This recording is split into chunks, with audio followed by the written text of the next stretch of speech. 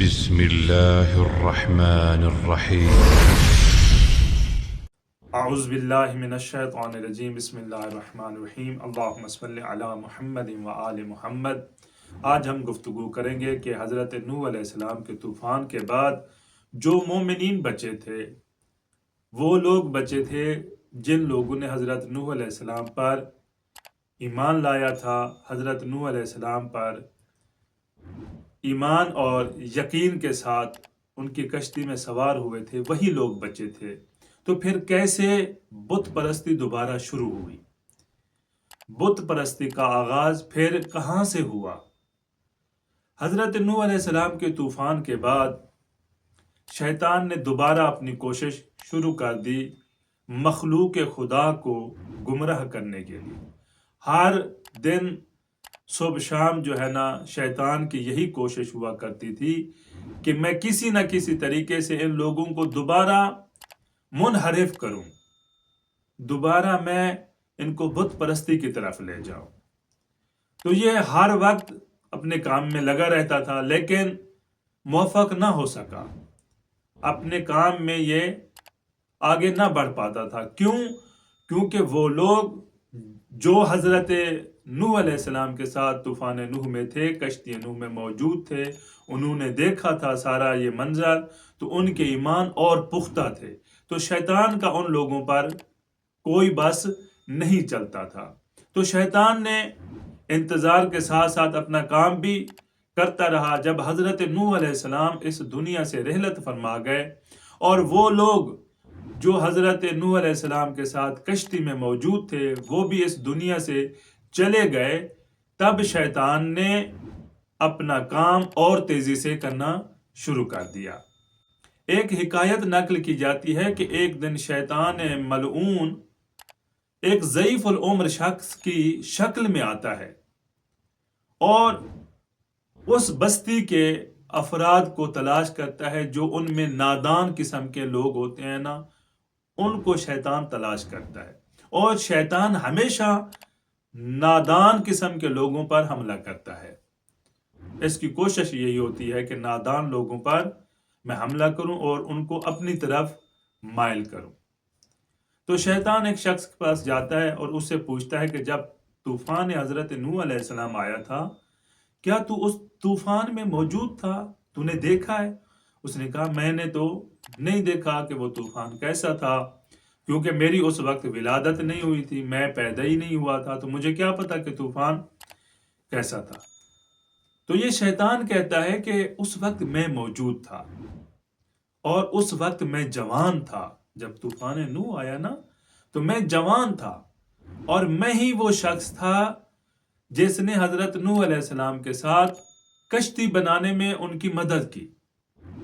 میں ان کا مددگار تھا، میں کشتی بنانے میں ان کے ساتھ تھا، طوفان میں ان کے ساتھ تھا۔ میں نے کہا اچھا، ماشاءاللہ آپ تو بڑے نیک آدمی ہو۔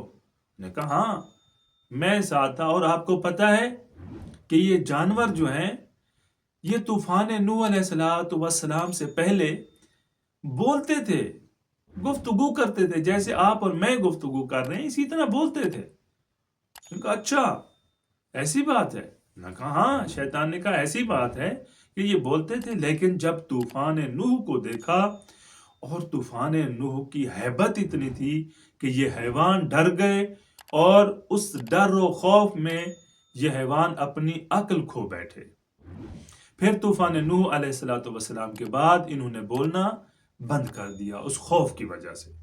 اس نے کہا یار تو بڑی عجیب باتیں کر رہا ہے۔ میں نے کہا ہاں، چونکہ میں اس طوفان میں موجود تھا، یہ عجیب و غریب واقعات ہم نے خود دیکھے ہیں۔ اس نے کہا اچھا، اور اس نے کہا جب طوفان نوح علیہ السلام آیا، شیطان یہ کہہ رہا ہے، تو حضرت نوح علیہ السلام اس خدا کے طرفدار تھے جو طوفان کو بھیجنے والا تھا، اور میں اس خدا کا طرفدار تھا جو اس طوفان کے خلاف تھا۔ میں خدائے روشنائی کا ماننے والا تھا، طرفدار تھا۔ اب دیکھیں یہاں سے وہ اپنا کام شروع کر رہا ہے۔ تو وہ شخص کہتا ہے کیا اور خدا بھی موجود ہے؟ تو شیطان نے کہا ہاں. میں نے کہا ہم تو ایک خدا کے قائل ہیں، کیا خدا بہت سارے ہیں؟ شیطان نے کہا ہاں تمہیں نہیں پتا، خدا 4 ہیں، 6 ہیں، 8 ہیں، بلکہ اسے بھی زیادہ ہوں، میں تو نہیں جانتا کہ کتنے ہیں، لیکن ہر ایک چیز کا اپنا اپنا خدا ہے.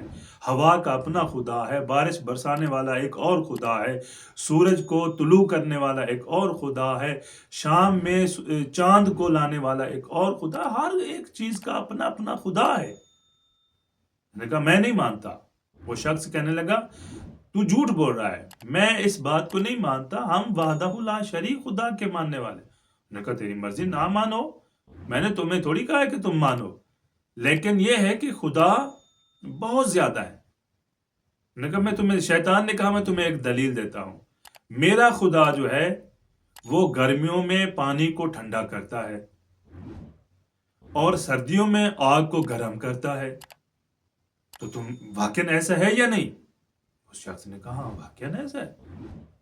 آگ گرمیوں میں بھی گرم ہوتی ہے، سردیوں میں بھی گرم ہوتی ہے، لیکن نادان قسم کے لوگ، انہوں نے کہا سردیوں میں آگ تو گرم ہوتی ہے اور پانی گرمیوں میں ٹھنڈا ہوتا ہے. واقعاً؟ شیطان نے کہا میرا خدا تو اس طرح، تیرے سامنے ثبوت ہے، تیری مرضی تو مان یا نہ مان. اچھا مجھے یہ بتا، تو جو ایک خدا کو مانتا ہے تیرے پاس کیا دلیل ہے؟ تو نے خدا کو دیکھا ہے؟ اس نے کہا نہیں. خدا کو جانتا ہے؟ اس نے کہا نہیں. میں نے کہا تیرے پاس کوئی ثبوت نہیں ہے نا. میرے پاس تو ثبوت ہے. دن میں سورج کی پرستش کرتا ہوں کہ وہ میرا رب ہے، وہ نور ہے، میں اس کو مانتا ہوں. اور رات میں آگ کی پرستش کرتا ہوں، چونکہ رات آگ جو ہے نا روشن کرتی ہے، رات کو روشنائی پیدا کرتی ہے، تو اس لیے میں رات میں آگ کی پوجا کرتا ہوں، آگ کو سجدہ کرتا ہوں. تیری مرضی تو مان یا نہ مان. تو یہ کہہ کر شیطان وہاں سے اپنا کام کر کے وہاں سے نکل جاتا ہے. اور اس کے بعد وہ شخص جو ہے نا آگے بت پرستی کو ترویج دیتا ہے.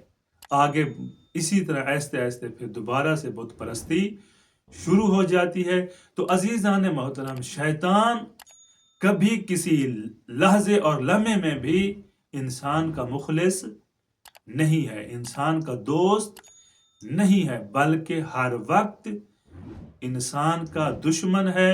اور قرآن مجید نے فرمایا ہے کہ شیطان تمہارا کھلم کھلا دشمن ہے. خداوند متعال سے دعا ہے کہ پروردگار آل محمد کی عزت و عظمت کے صدقے میں ہمیں شر شیطان سے محفوظ فرمائے. والسلام علیکم ورحمۃ اللہ وبرکاتہ.